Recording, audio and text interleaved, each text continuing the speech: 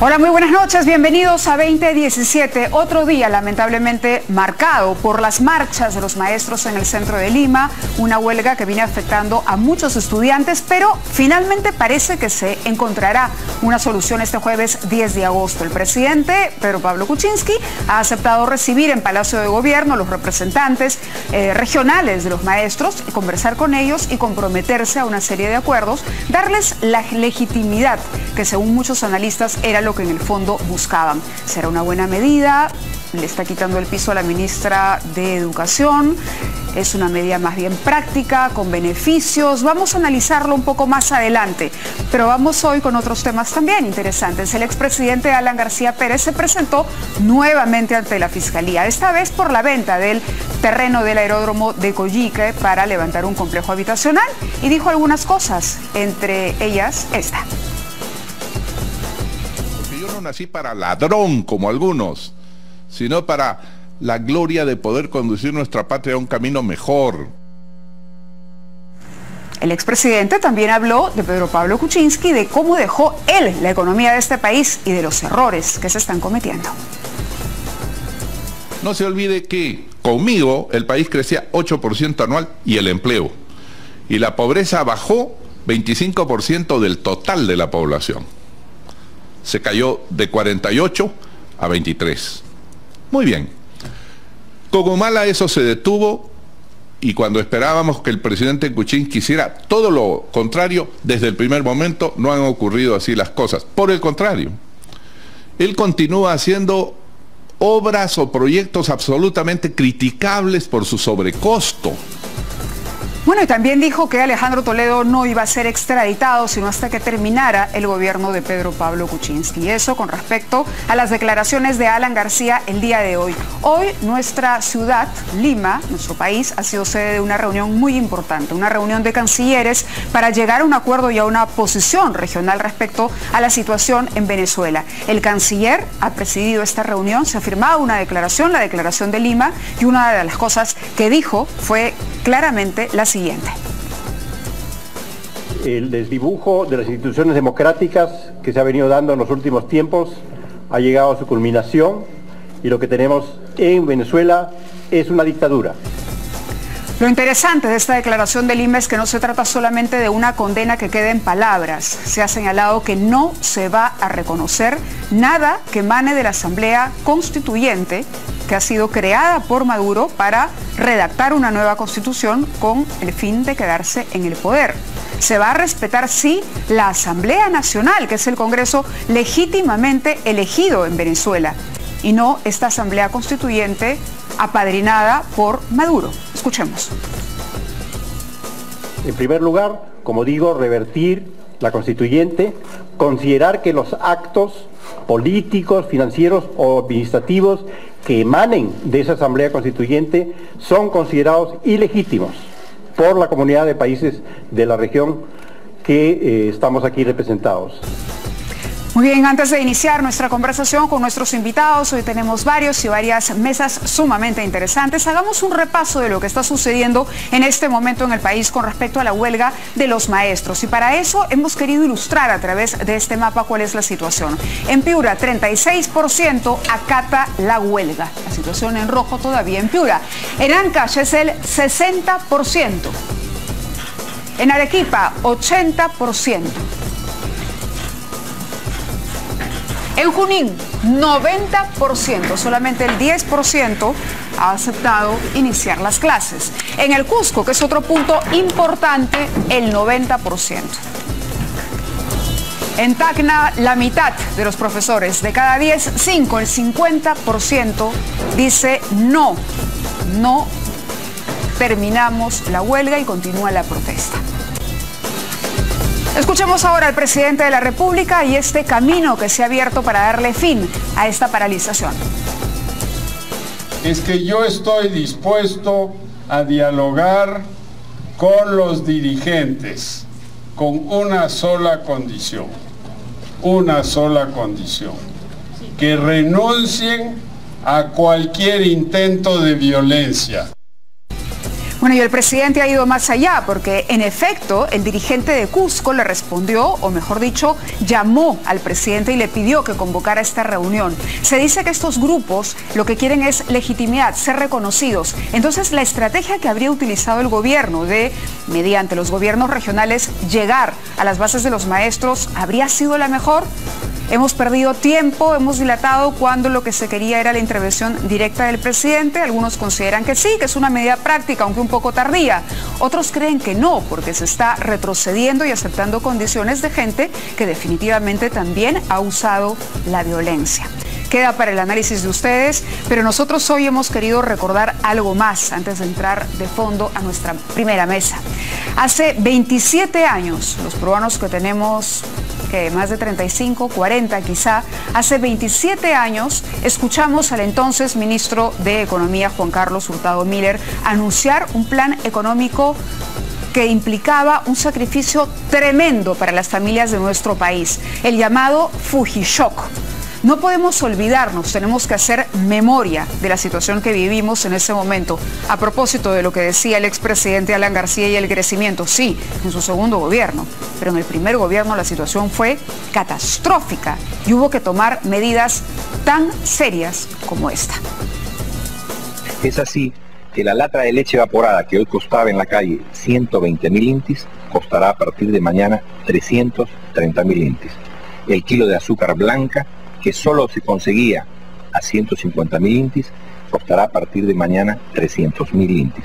El pan francés, que esta tarde costaba 9.000 intis, costará a partir de mañana 25.000 intis. Este billete, hace 5 años se hubiera podido comprar una casa de $40.000. Hoy solo alcanza en el mejor de los casos para un tubo de pasta de dientes. Que Dios nos ayude. Eso sucedió hace 27 años, pero vale la pena hacer memoria.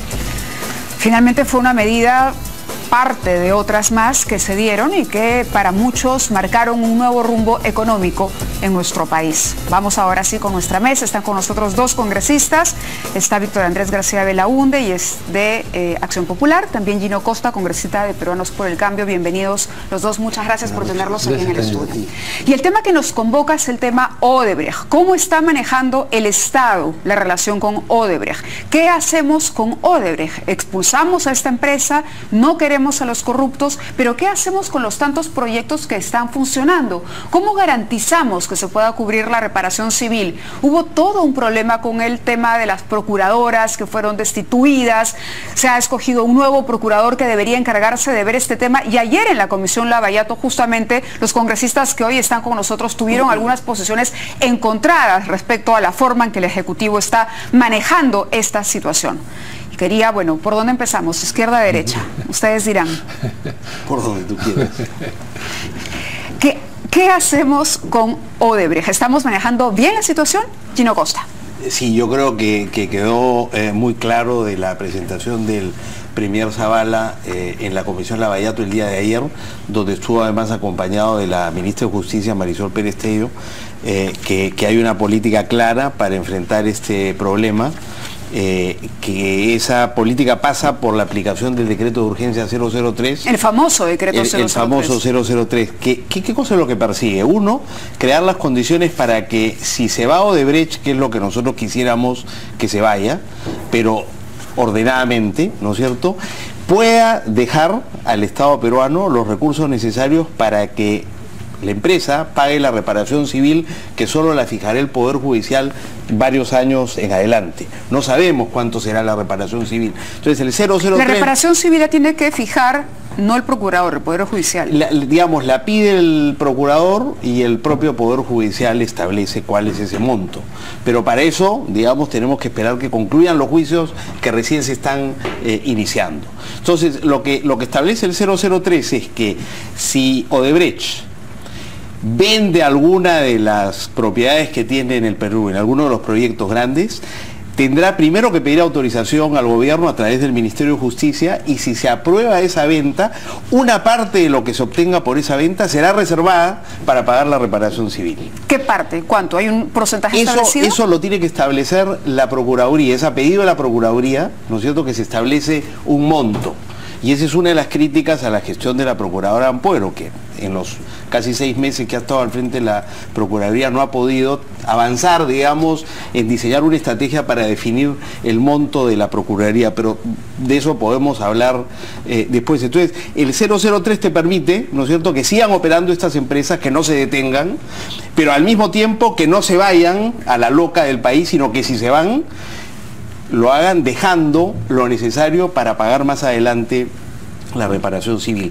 Sea que venden, ¿no es cierto?, y tienen que reservar una parte de esa venta para la reparación civil, o de lo que recibe del Estado, porque sí, hay, digamos, concesiones por las que recibe plata del Estado, parte de esas entregas, digamos, semestrales, vayan destinadas a la futura reparación civil. Eso es lo que hace el 003. Nosotros queremos que Odebrecht se vaya, pero de manera ordenada, sin paralizar las obras en las que está, porque hay mucha gente que se perjudicaría, trabajadores para empezar, proveedores y otras personas. El impacto sobre la economía nacional sería mucho más negativo de lo que ya está haciendo todo el escándalo Lavallato. Entonces, es una estrategia correcta para enfrentar este problema. ¿Qué dice Víctor Andrés García Belaúnde? ¿Usted ha considerado que más bien es frágil, ¿no? Totalmente en desacuerdo, pues, porque lo que quiere el gobierno es que se vaya con toda su plata que viene de la corrupción, que se vaya cargada con todos los bolsillos de dinero obtenido de la corrupción. Eso es lo que quiere el gobierno, quiere premiar a Odebrecht, que se vayan llevándose todo lo que puede. Pero nos acaban de decir que de lo que se trata es que este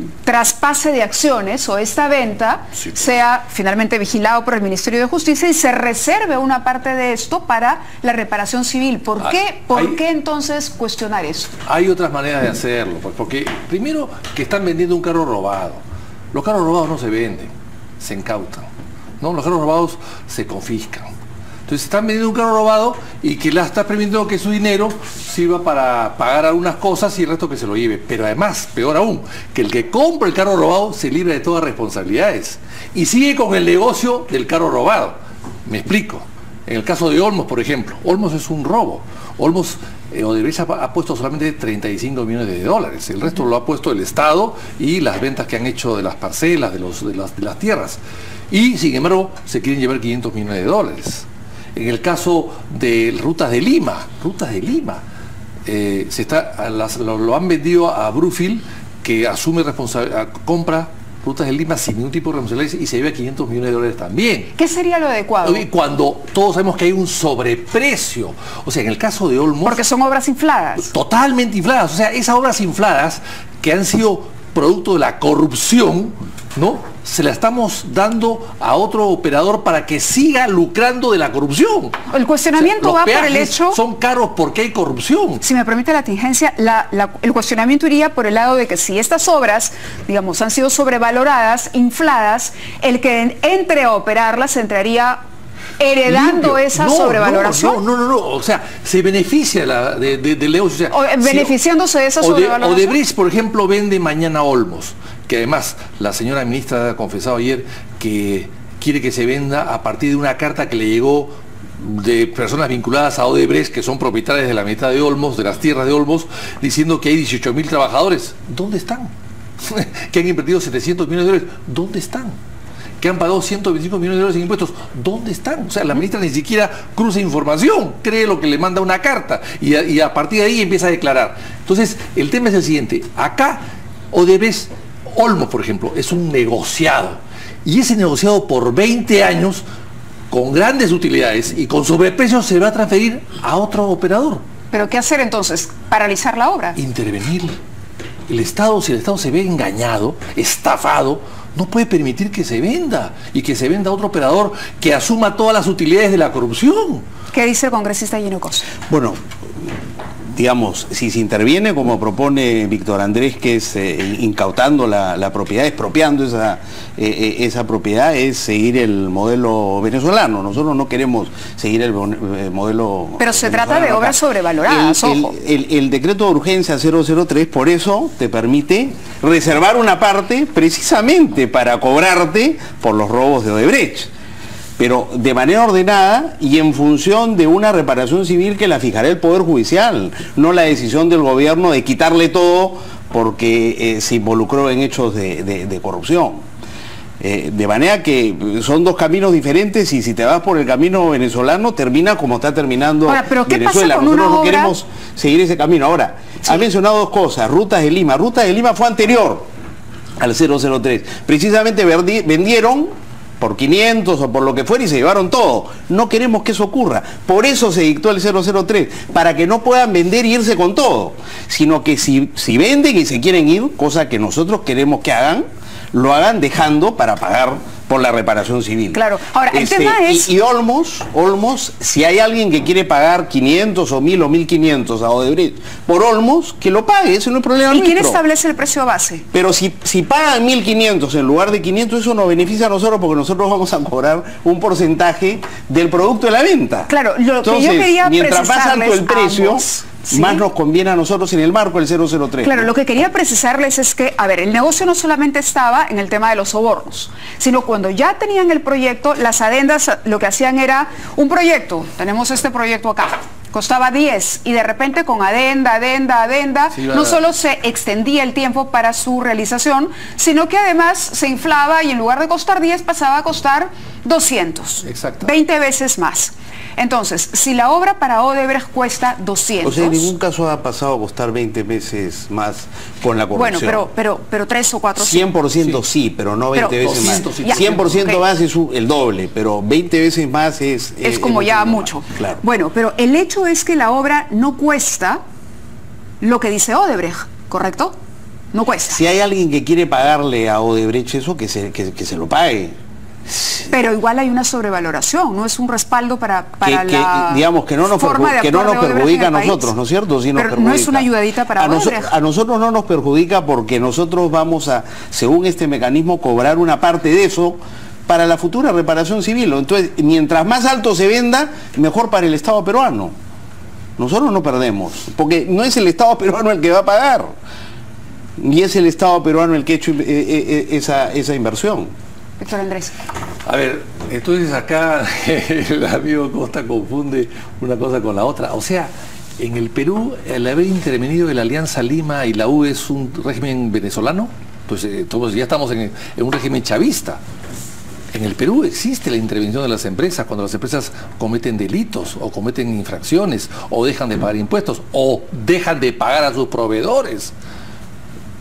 Es perfectamente legal intervenir empresas. El Estado puede intervenir, Olmos puede intervenir, las empresas, las 7, 8 o 10 proyectos de Odebrecht, intervenirlos para resguardarse casualmente, no solamente en la cadena de pagos, sino resguardarse sus propios indemnizaciones. Eso lo puede hacer. Mi pregunta Pero lo que quiere el gobierno es que Odebrecht se lleve el saldo, lo que pueda, y que el otro que opera siga recibiendo. Claro, al vender a su precio, al vender el precio que Odebrecht establece. Que la nueva operadora, que en este caso es de Odebrecht, quiere ser Brookfield o de la Ruta de Lima o de otras, que son esta empresa que es un fondo sucio, es una caja negra, cuestionadísima en los Estados Unidos y en Canadá, Brookfield, que está comprando todo lo de Odebrecht y que parecería que es Odebrecht misma, pero no hay ninguna evidencia, no hay ninguna evidencia seria camuflada, no hay ninguna porque evidencia. tiene problemas con Braskem, porque tiene relaciones con Braskem y con Petrobras y Petrobras con Odebrecht. En fin, por ahí viene el contacto. Pero en todo caso, lo que quiere el señor Costa o el gobierno es que los 27 millones de dólares que se le paga anualmente el Estado a Odebrecht por mantener Olmos, que es una barbaridad de dinero, se le paguen a otros. Se siga a otros. O sea, claro, ahora, quieren seguir con el mismo negociado. Pero ahora que no lo cobre Odebrecht, sino que lo cobre el sucesor. ¿Y por qué lo vende caro? Porque hay grandes utilidades, pues, que son sobrevaloradas. Perdóname. No. Perdóname. Tengo una pregunta. La empresa ha dicho que tiene deudas con 900 proveedores. ¿Quiénes son? 350 millones de dólares. Eso es lo que ha dicho Odebrecht. Entre ellos, trabajadores y proveedores de todos estos proyectos. ¿Esa no sería una justificación para que Odebrecht vendiera al precio? Hay que hacer una auditoría. Hay que hacer una auditoría. Por eso hay que intervenir. Por eso es que intervenir hoy para ver qué cosa es lo que está pasando. A ver, pero si paralizamos una obra, la intervenimos y no tenemos una solución inmediata, lo único que vamos a hacer es paralizar también la cadena de pagos y perjudicar a los trabajadores y a los proveedores si de cada se uno de los interviene una proyectos. empresa es para que no paralice precisamente la cadena de pagos. Además, ¿pero de dónde va a pagar además si no el puede vender gobierno las le acciones? preocupa la cadena de pagos y no le preocupa la cadena de delitos. No, está bien, pero no hay le mucha gente preocupa, que depende de esas el empresas, gobierno no lamentablemente, quiere muchos son resguardar peruanos. la dignidad, la moral pública. No, o sea, eso es primero está el perfecto. negocio y el delito no Al importa. contrario, al contrario. No. Al contrario. Mi Mira, pregunta a es nosotros por nos ese lado, interesa la cadena de ¿cuántos pagos. empleados tiene Nosotros no Odebrecht en el creemos Perú? que si esas empresas o esos proyectos pasan a manos del Estado, ¿no es cierto?, vamos a garantizar la cadena de pagos, porque a lo mejor hay que meterle plata a esas empresas. Entonces, mejor que las vendan, ¿no es cierto?, que dejen para la reparación civil y nosotros seguimos adelante. Pero tanto nos interesa la cadena de pagos como el establecimiento de la verdad. Si tú expropias a Odebrecht, que me parece que es lo que plantea Víctor Andrés, porque el DU 003 implica una intervención. Tan implica una intervención que el 1 de junio el Estado peruano ha sido demandado por Odebrecht. ¿Por qué? Por el 003. O sea, tanto le gusta a Odebrecht el 003, es tan bueno para la empresa que nos ha interpuesto una demanda internacional. O sea que a Odebrecht no le gusta esto, tampoco le gusta que hayamos cobrado la carta fianza por el gasoducto, ni le gusta que la SUNAT le esté embargando las cuentas a Odebrecht. O sea que acá no hay un Estado que está, ¿no es cierto?, haciéndole el juego a Odebrecht.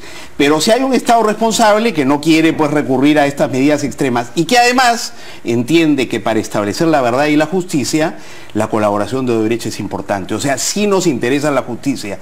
Y Odebrecht es la principal fuente de información para establecer quiénes fueron sus aliados corruptos en el Perú. La pregunta entonces durante estos últimos 3 años. Si nosotros le expropiamos, Ajá. o le callamos la boca a los colaboradores eficaces, como quiso hacer la procuradora Ampuero, pidiendo el embargo de los bienes de Jorge Barata, que es la principal fuente de información para establecer la verdad y hacer justicia en el caso de Brecht, no estamos en realidad avanzando en la dirección correcta, que es luchando contra la corrupción. Ahora, ¿cómo hacemos? La pregunta es, ¿cómo hacemos para que desde el punto de vista moral, ético y de la justicia, digamos, se cumpla con obtener la mayor información que Odebrecht nos puede proporcionar, porque definitivamente de ahí salió.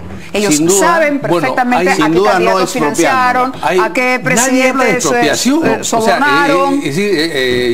No Costa está con la idea de Maduro, ha venido con la idea de Maduro, de repente ha venido de la Cancillería y ha escuchado las cancillerías. No se habla de expropiación, se habla de una intervención judicial sobre el negocio, para resguardarse casualmente de no solamente las indemnizaciones, sino de sincerar los precios y saber lo que están haciendo con el dinero. Han vendido Rutas de Lima en 500 millones de dólares y dicen que deben a proveedores. Si están 500 millones de dólares, ¿en qué los han empleado? ¿Se los han llevado? ¿Han pagado impuestos a la renta? Nadie sabe nada. Y ha hecho una cosa muy grave acá el amigo Costa, ha dicho que Odebrecht al Estado Odebrecht ha pagado al Estado 250 millones de dólares como carta fianza del gasoducto del sur. Sí. ¿Y la plata quién la puso? Cofide. O sea, ni siquiera ponen plata de su bolsillo. ¡Cofide! Entonces, eso es lo que quiere el gobierno. Que por diferentes medidas el Estado se moje siempre. Eso es inaceptable. Es inaceptable. El Estado y el 003 está muy mal hecho para todos, pero no es para Odebrecht mal hecho en absoluto. Pero sin embargo no intervienen las otras empresas. Bueno, sí se están quejando. ¿Por qué no intervienen ¿no? las otras constructoras que son socias de Odebrecht en los delitos? ¿Por qué? ¿Por qué en el decreto 003 han puesto una valla de 10% para que las empresas que tienen menos de 10% del consorcio no pasen por ningún tipo de tamiz? Y ahí hay 2 empresas que están beneficiando, que se van a presentar, por ejemplo, a la reconstrucción del hablemos de nombre del propio, niño con costeño. Nombre propio. ¿Cuáles son estas empresas que se beneficiarían? Bueno, JJ Camet y IXA. JJ Camet y que quedan fuera y se están presentando hoy día para ser reconstructoras del norte. ¿La responsabilidad de estas empresas está comprobada? Pero por supuesto, pero por eso son socias del consorcio. O sea, que las coimas las pagó Odebrecht y no las pagaron ellos no sabían nada.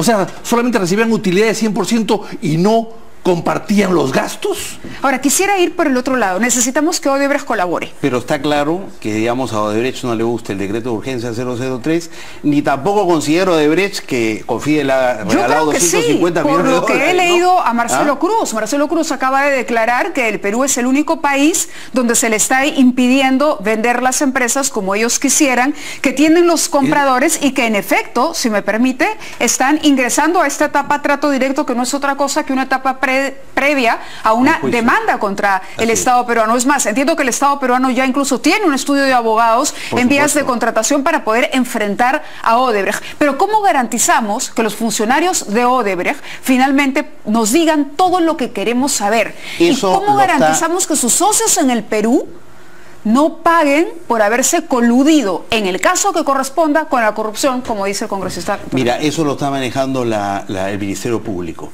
El Ministerio Público tiene un acuerdo, preacuerdo en realidad, está en vías de llegar a suscribir un acuerdo. Hay varios directivos de Odebrecht, alrededor de una docena, que están colaborando, y eso está permitiendo, ¿no es cierto?, que se avance en las investigaciones. Claro, es un avance lento, pero eso sigue una vía penal.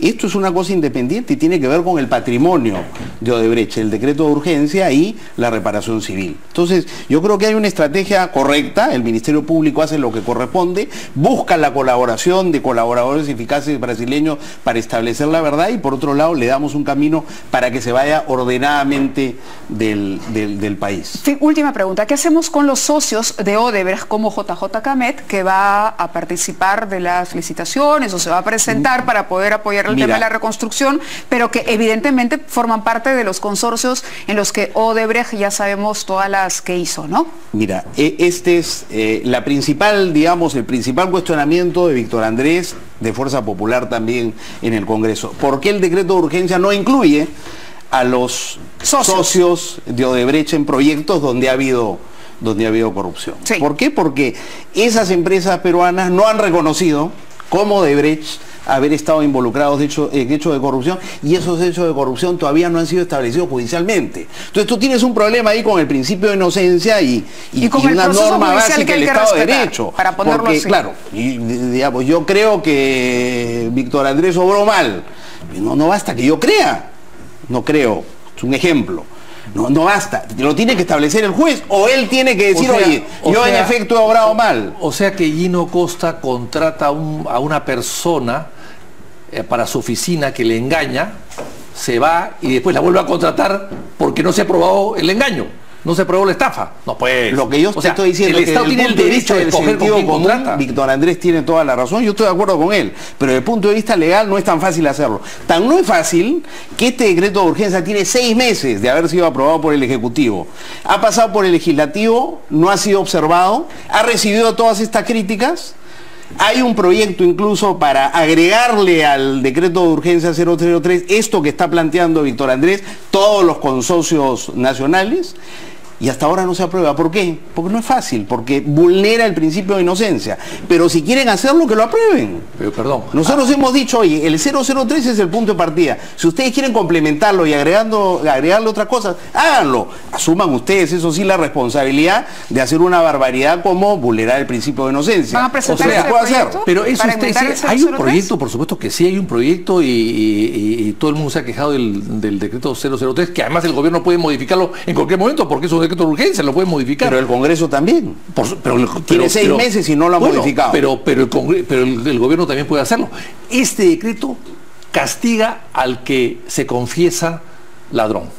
Castiga a quien acepta que ha cometido un delito. O sea, ahora sí lo castiga. Hace un momento decía que esto lo favorecía. Es un decreto que castiga solamente, castiga solamente a Odebrecht, porque le fija un sistema para poder vender, con autorización de la ministra de Justicia, que quiere entregar todo y autorizar todo, y la Procuraduría, que no le han pasado la voz. Pero a los que no han confesado su delito y hay que probarle el delito en 15 años, esos sí están libres del decreto. Pero hay un tema judicial, que es lo que dice. Pero perdón. En el caso de Odebrecht, la empresa ya está dentro de un sistema de justicia, ¿no? Y acogiéndose a una serie de beneficios. Yo entiendo que hay principio de inocencia, pero hay un derecho también de admisión. tú escoges con quién trabajas, tú escoges quién te hace las obras, y el Estado tiene derecho a escoger quién le hace las obras, a los que tengan más crédito y más, digamos, fama, mejor fama, buena conducta. Nosotros hemos digamos, el Ejecutivo ha aprobado un decreto legislativo en el marco de las facultades delegadas que establece que empresa que es condenada por hecho de corrupción no puede volver a licitar o a concursar con el Estado.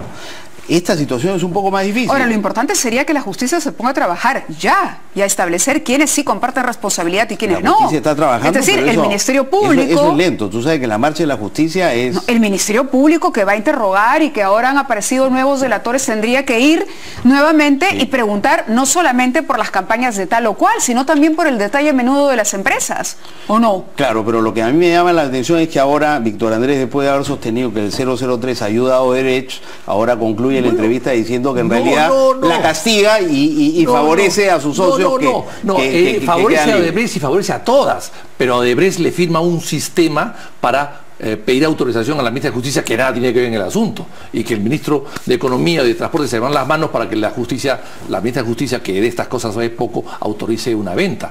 Ventas autorice de cosas robadas. En base a la propuesta de la Procuraduría. O sea, el gobierno se ha vuelto cachinero. El gobierno se ha vuelto cachinero, el gobierno se ha vuelto reducidor, porque está aceptando que se vendan las cosas robadas. Y entonces el gobierno es hoy día un reducidor. O sea que tú preferirías, Víctor Andrés, que Odebrecht no venda nada y se quede acá indefinidamente. Sí, que nosotros preferimos que se vaya y que nos deje la plata que nos debe. Que el Estado intervenga y revise esas concesiones. Muy bien, se acabó el tiempo lamentablemente, pero creo que ha sido una discusión sumamente enriquecedora para conocer dos puntos de vista sobre el marco legal finalmente y cómo va a funcionar esta relación con Odebrecht, que bueno, hay que sacarle el mayor partido posible. Por un lado, obtener toda la información y por otro, por supuesto, defender los intereses nacionales, la plata invertida y los proyectos que haya que defender o replantearlos que estén mal enfocados. Les agradezco a los dos su presencia hoy en el programa y los invitamos para el segundo round la próxima semana. ¿Vale? ¿Vale? Muchas gracias. Yo espero que no sea tan movido el segundo round. No, pero están comprometidos ya. Están comprometidos. Esperamos la iniciativa en el Congreso, esperamos de pronto una novedad por parte del Ejecutivo y volvemos aquí con... Vengamos a discutir pues ¿cómo se llama? La ley, ¿no es cierto?, que modifica el 003 en los términos que ha planteado Víctor Andrés. Discutamos todo. Gracias a los dos, un placer tenerlos aquí y con ustedes regresamos para hablar de Venezuela y muchos otros temas más. Es así que la lata de leche evaporada que hoy costaba en la calle 120.000 intis, costará a partir de mañana 330.000 intis.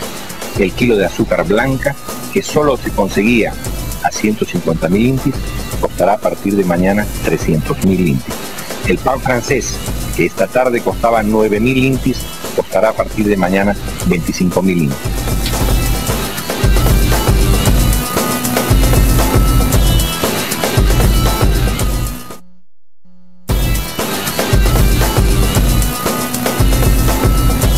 De mañana 25.000 intis.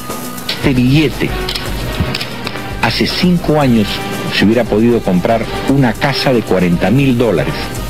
Hoy solo alcanza en el mejor de los casos para un tubo de pasta de dientes. Que Dios nos ayude. Que Dios nos ayude. Hace 27 años el ministro de Economía anunciaba el Fujishock. Hace exactamente 27 años, un día como hoy, los precios pasaron de costar 10 a 30 o 50. Vamos a recordar esos tiempos más adelante en el programa, pero ahora nos toca ocuparnos de otro tema en el que el Perú ha tomado la iniciativa y creo que en ese punto no podemos estar en desacuerdo la mayoría de los peruanos, por lo menos. El tema de Venezuela. ¿Qué hacemos con Venezuela? La iniciativa del canciller Luna fue convocar a esta asamblea, citar a otros cancilleres, 17 me parece que han participado en total, y se ha firmado una declaración y se ha llegado a una serie de acuerdos para apoyar lo que se considera el sistema democrático legítimo. El sistema democrático legítimo quiere decir el Congreso que se eligió, que se llama la Asamblea Nacional, y no esta Asamblea Constituyente que de pronto sacó Maduro del bolsillo, como saca del sombrero un conejo, un mago, para perennizarse y hacer una constitución a su medida. Para hablar de este tema y de las implicancias reales que tiene, está con nosotros el ex canciller Francisco Tudela, a quien le damos la bienvenida. Gracias por estar acá. Buenas noches, Fábila. Muchas gracias por la invitación. ¿Le gustó la declaración? Mucho. Encuentro que es un hito en la historia diplomática de América Latina, porque en el pasado la solidaridad latinoamericana se entendía como un silencio cómplice. Es evidente que la declaración de Lima, suscrita no por los 17 países que han asistido, los del Caribe, Guyana, Jamaica, Santa Lucía, Granada y el Uruguay, se han abstenido, a pesar de haber respaldado la declaración, se han abstenido de firmarla por sus propias razones. Creo que el canciller se refirió a eso al inicio del discurso, ¿no? Bueno, sí, dio a entender. Sí, y entonces los países firmantes no son 17, sino 14 o 13 o 12, en fin. Hay que restar el número de estos 5 países, ¿no? Que no han firmado, no han suscrito la declaración, pero la han respaldado plenamente, cosa que es muy importante, ¿no? Porque han trabajado en la elaboración de la declaración. La importancia de esta declaración es que la solidaridad latinoamericana hoy debe entenderse, o a partir de acá debe entenderse, como fundada en aquellos principios que nos dieron la independencia hace casi 200 años en el caso del Perú. Lo que se quiso fundar cuando nos independizamos fueron repúblicas representativas, democracias representativas, con división de poderes, y ese es el ideal que ha fallado una y otra vez a lo largo del siglo XIX y del siglo XX. Entonces, esta declaración, que no tiene precedentes, es enormemente importante porque condena la ruptura del orden democrático. Pero va más allá de una condena. Mucho más. Condena la ruptura del orden democrático, califica de dictadura, no en la declaración, pero sí el canciller Luna, al gobierno de Nicolás Maduro en Venezuela. No reconoce a la constituyente, cosa que es fundamental, y sí reconoce a la Asamblea Nacional. Esto significa que todo acto legislativo que tenga una importancia internacional para nuestros países, para los firmantes de esta declaración, para América Latina en general, si no es aprobado por la Asamblea Nacional, la verdadera, y no por la Asamblea Constituyente integrada 100% por el partido de gobierno, esto es una asamblea de partido único, si no es refrendada por y aprobada por la Asamblea Nacional, no tiene validez. Eso ¿cómo se traduce en un caso práctico? En un caso práctico, Venezuela quiere endeudarse, quiere contraer un préstamo internacional con México, con el Brasil, o con Chile, o con el Perú, o con el conjunto de los países. Evidentemente no puede hacerlo a menos que lo haga a través de la Asamblea Nacional. Esto es todo acto que requiera en la Constitución venezolana la aprobación del Congreso, nombramiento de embajadores, etcétera, etcétera, queda completamente bloqueado para el régimen chavista, lo que constituye un candado a su capacidad diplomática y a su capacidad de moverse en el ámbito internacional. O sea, es un bloqueo efectivo, es un bloqueo que se traduce en actos concretos de gobierno que ya no puede realizar la constituyente y que tiene que realizar la Asamblea Nacional. Ahora, el régimen de Maduro no destaca precisamente por ser un régimen que respete los acuerdos diplomáticos, parece más bien poco importarle la opinión de los otros estados y se refugia en el apoyo de unos cuantos países como Rusia, Cuba y en fin, creo que le van quedando cada vez menos aliados. Sí, aliados verdaderos. Él ha respondido a esto el día de hoy, manso como un conejito. O sea, él dice que él quiere negociar y que quiere reunirse con el Perú, con México, con Chile y con el Brasil y con los países del ALBA, pero que rechaza la injerencia de la OEA porque, claro, pertenece al imperio, bla, bla, bla, bla.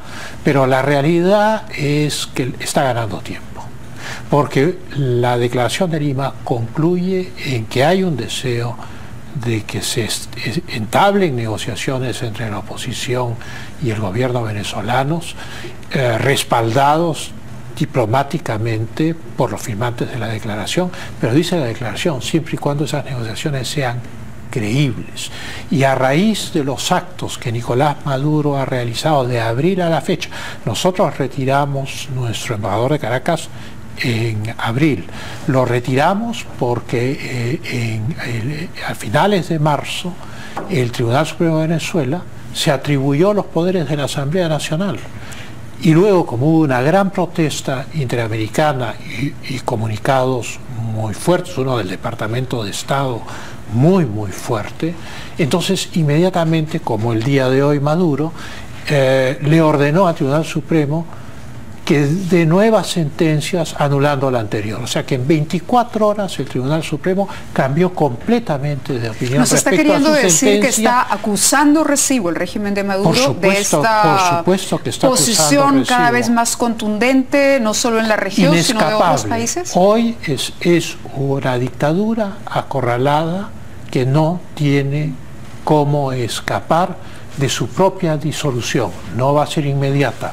Es un régimen poderoso que está apoyado en las Fuerzas Armadas, pero la Declaración de Lima es también un llamado a los venezolanos dentro del régimen a desconocer la legitimidad de la cúpula. Y a sentirse apoyados por estos países. Es un apoyo absoluto. Y le digo esto porque hay varios casos en los que funcionarios legítimos del Estado, por ejemplo, hoy lo leía en una columna súper interesante de Jan Vázquez, con quien vamos a estar en unos minutos más. Él decía que ya las embajadas, por ejemplo, la embajada de Chile está acogiendo personas, a venezolanos que están siendo perseguidos por la dictadura. ¿No? Al nosotros retirar a nuestro embajador, ¿no hemos dejado esa posibilidad negada para los venezolanos? No, porque está nuestra misión diplomática ahí. Es solo el retiro del embajador, es solo de la persona del embajador, no es el cierre de la misión diplomática. La misión diplomática, el consulado siguen funcionando y pueden, de acuerdo a la Convención Interamericana sobre Asilo Diplomático, pueden recibir asilados. O sea, esa convención fue firmada en 1960 debido a la incertidumbre sobre las reglas de asilo en América Latina que había producido los dos casos en La Haya, el caso Aya La Torre y el caso Asilo, ¿no?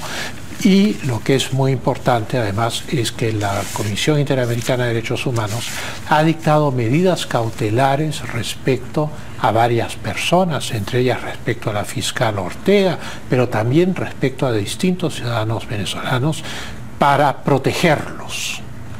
Y el Consejo de Naciones Unidas de Derechos Humanos lo que ha hecho es enviar a expertos que han determinado, y de ahí la Declaración de Lima hace énfasis en eso, que han determinado que en Venezuela se violan los derechos humanos, no hay un Estado de Derecho, no hay división de poderes, en fin, no existe una democracia representativa. Muy bien, le decía que estamos enlazados con Jan Vázquez. Jan Vázquez es director del Centro para la Libertad y Prosperidad Global de Cato Institute. Está desde Estados Unidos con nosotros. Él es un peruano y ha publicado el día de hoy una estupenda columna en el diario El Comercio que habla del éxito venezolano. Seguramente les habrá pasado. Han ido a comprar a un supermercado, han ido a un restaurante y hay un venezolano que los atiende. Y esto es porque hay una política de parte del gobierno del presidente Kuczynski de facilitar y darle oportunidades a los venezolanos que están huyendo de esta dictadura. Jan, muy buenas noches y gracias por atendernos.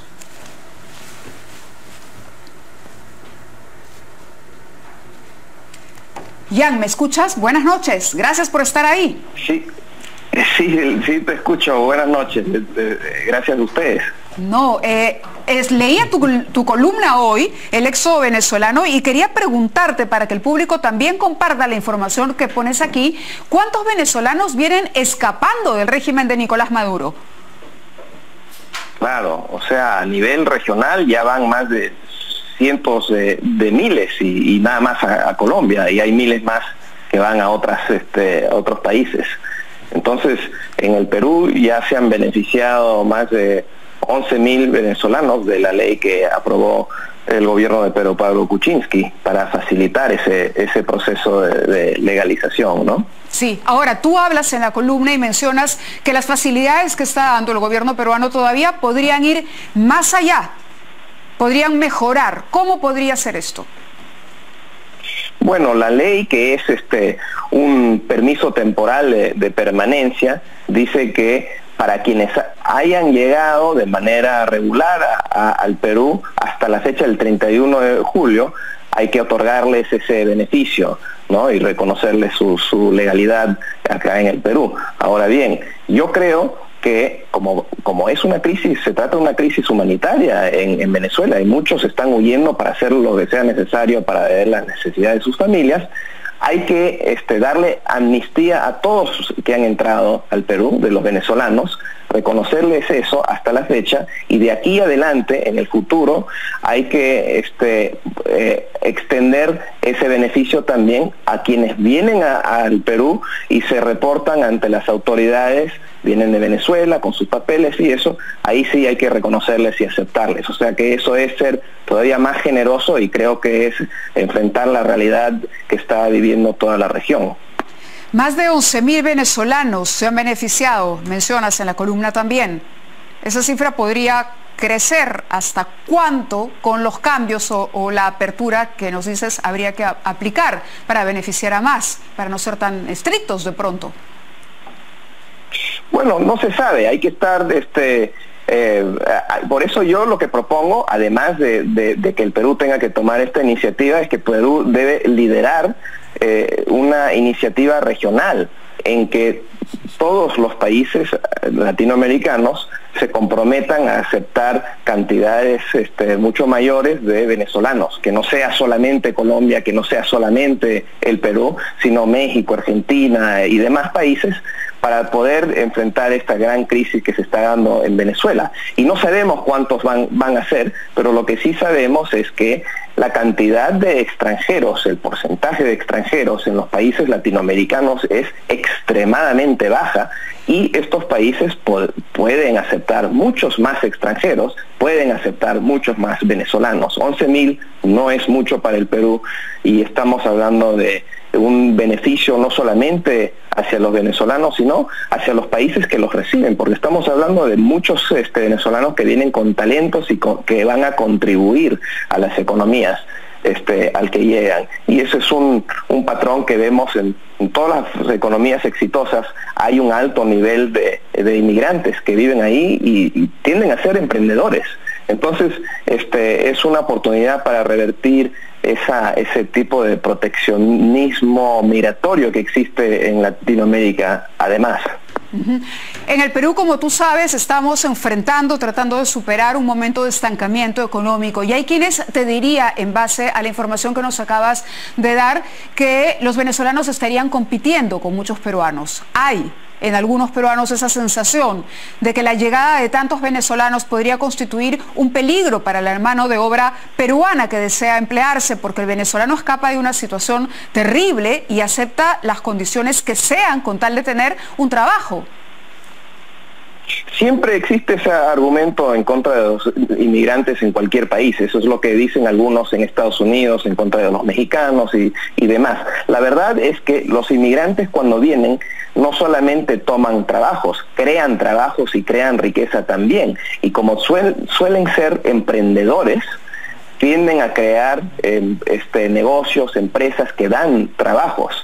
Ya tenemos varios experimentos a nivel mundial en que han llegado inmigrantes y el impacto no ha sido negativo. El impacto de los cubanos en la Florida, por ejemplo, ha sido un impacto que dinamizó toda esa economía. Y estamos hablando de una ola de inmigrantes que llegó en ese caso, 125.000 cubanos en el año 1980, dentro de pocos meses, y no se ha visto un impacto negativo ni en el nivel de desempleo ni en el nivel de salarios.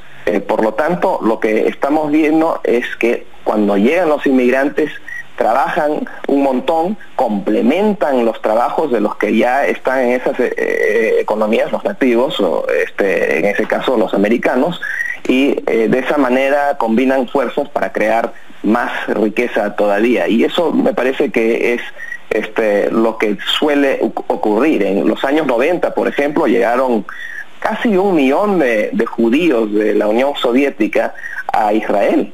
Y eso tuvo un impacto muy positivo sobre el bienestar de los israelitas que ya vivían ahí, para no hablar de cómo dinamizó esa economía también. Estupendo, te agradecemos esta comunicación. Muy buenas noches y gracias. Estaremos en contacto seguramente más adelante. Muchas gracias. Gracias, buenas noches. Y también queremos agradecer su presencia al ex canciller Francisco Tudela, si tiene algunas últimas palabras que decir. Bueno, yo sí que quisiera decir que además de los aspectos económicos, esto no es un caso de migración como lo que ocurre en Europa. Esto es un caso literalmente de refugiados. Y evidentemente las personas que vienen al Perú enriquecen al Perú por su actividad económica, pero también en una serie de otros ámbitos que son la cultura, la academia, etcétera. Y entonces es una cuestión de solidaridad. Durante la dictadura militar del gobierno revolucionario de la Fuerza Armada de 1968 a 1980, 12 años de dictadura, infinidad de peruanos, muchísimos peruanos, se refugiaron en Venezuela, fueron a Venezuela y fueron recibidos en Venezuela en todos los ámbitos de la actividad nacional. Y en este momento sería la oportunidad de retribuir a Venezuela. Bueno, siempre, esto que históricamente... Yo creo que América Latina tiene que flexibilizar sus normas migratorias. Ya desde el siglo XIX había proyectos en ese sentido que nunca se concretaron. Entonces es importante. Y la Declaración de Lima también es importante porque, digamos, que establece las pautas de lo que es una democracia representativa. O sea, cualquier cosa no pasa por democracia. En el siglo XX había esta diferencia entre las repúblicas democráticas, que decían ser democracias de clase, pero que en realidad eran tiranías de un solo partido, y los regímenes de democracia representativa, que eran llamados en aquella época el mundo libre. Así es, y el liderazgo que ha asumido el Perú es correcto. Sumamente y en ese importante. criterio, el liderazgo que el Perú asume y el recibir a cerca de 800 venezolanos diariamente en este momento por la frontera norte, es una muestra tangible del compromiso del Perú asumido respecto al futuro de América Latina. Esta es la nueva solidaridad latinoamericana. Muchas gracias por estar aquí. Muchas gracias, Es un placer conversar con usted. Nosotros hacemos una pausa y regresamos con la máquina del tiempo que nos remontará al año 1990.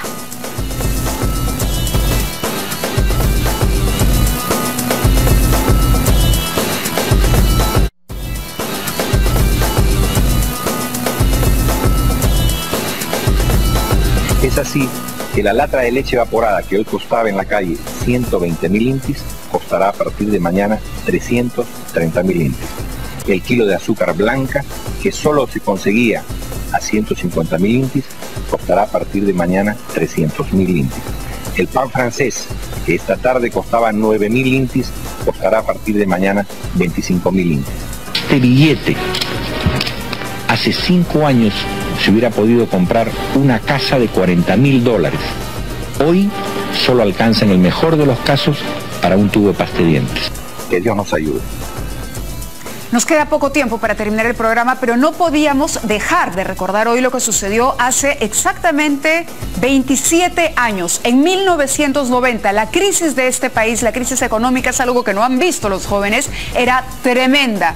Colas para comprar un tarro de leche, colas para comprar un kilo de azúcar. En ese momento el gobierno de Alberto Fujimori, bueno, tuvo que aplicar una medida, el Fujishock, y el discurso de ese Fujishock termina justamente con esta frase que hemos visto del entonces ministro de Economía, Juan Carlos Hurtado Miller, que Dios nos ayude, porque el país estaba a ese punto, rezándole a Dios de que por favor encontráramos una salida. Vamos a ver cuál era la situación de los precios y cómo subieron los precios después de anunciarse este Fujishock, y por eso hemos puesto esta decoración aquí en el programa. Tenemos el aceite, la gasolina, los fideos, el azúcar, arroz, papa y el pan francés del que hablaba Hurtado Miller. Vamos con los cuadros y luego hablamos con Jorge González Izquierdo, que está con nosotros esta noche para recordar la importancia que tuvo esa propuesta económica y por qué llegamos a esa situación.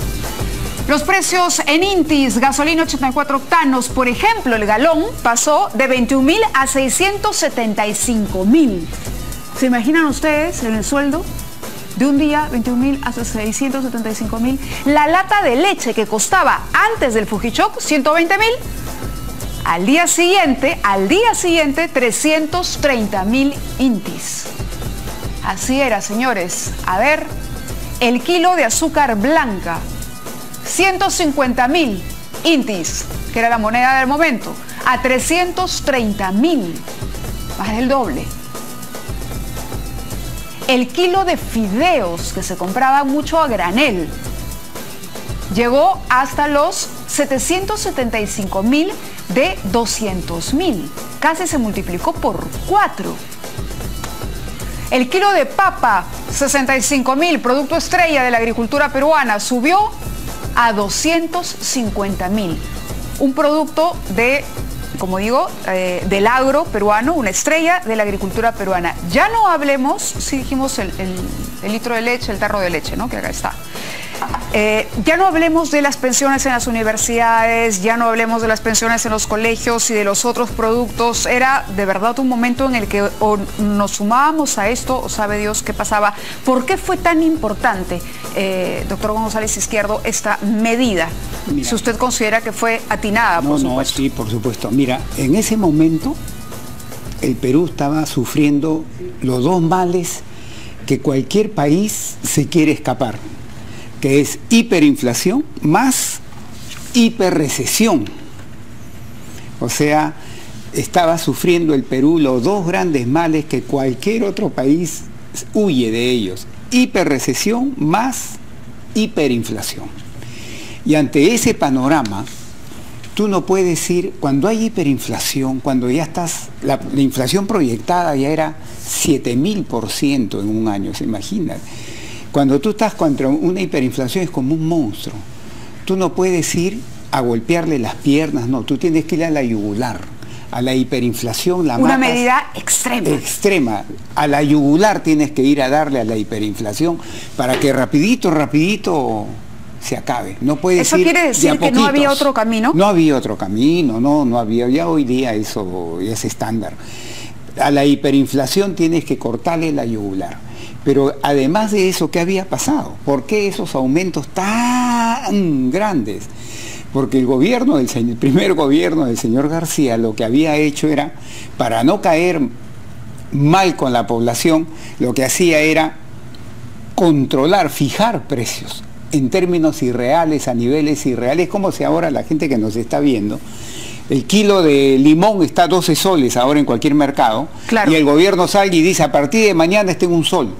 Ah, caracho. Claro, la gente feliz. Feliz, pero aparece desabastecimiento, claro, colas y mercado negro. No, y además hay una explicación lógica para el incremento del precio del limón. Cuando tú llegas, cuando el señor Fujimori llegó y se encontró eso, es como si hubiera abierto, así de un solo tirón, la tapa de una olla de presión. ¡Pah! Entonces, esos aumentos de precios eran aumentos correctivos dado que tú estabas manteniendo durante años precios irreales, como en el precio del limón. Se franquearon los precios. Se franquearon, como si lo estuvieras subiendo de un sol, subías un sol 50, pero seguía siendo irreal. Lo subías a un sol 80, pero seguía siendo irreal. Lo tenías que franquear, no había otra forma. Entonces, uno de los aspectos del shock fue, primero, franquear los precios que agarren sus niveles normales, para después, la segunda medida, Mávila, fue candado a la maquinita. Porque si no le ponías candado a la maquinita, era lo mismo. No, y la maquinita era esta emisión descontrolada. Trabajaba mañana, tarde y noche. Sí, ¿Y por qué? Sin un sustento, ¿no? ¿Por qué? Porque el gobierno, como se había metido en 100 programas mayormente sociales, tenía que gastar. Había burocracia que tenía que pagar y sobre todo empresas públicas que tenía que financiar porque casi todas daban pérdida. Entonces, ¿de dónde sacaba plata? Porque la recaudación se le había venido abajo. Le decía al Banco Central, dame, dame, dame, y el Banco Central, dale, dale con la maquinita. Claro. Entonces, si tú no ponías candado, esa cantaleta iba a seguir y nunca se iba a acabar la hiperinflación. Esa era la gasolina que le echabas a ese fuego que se llamaba hiperinflación. Lamentablemente el tiempo nos ha ganado, pero creo que lo que ha dicho es importante, porque lo que debemos hacer los peruanos es no olvidar la historia. Se dice que tenemos una memoria muy frágil y que por eso andamos todo el tiempo tropezándonos con la misma piedra en el camino. No repitamos los errores del pasado. El Fujishok fue una medida que hubo que aplicar. La mayoría de economistas dicen que esa era la única salida para ese momento. Lo interesante es que salimos y aquí estamos y vamos por más. Que tengan muy buenas noches, los queremos mucho y regresamos mañana, como siempre, 9 en punto por Canal N. Macrópolis, la ciudad industrial más importante del Perú.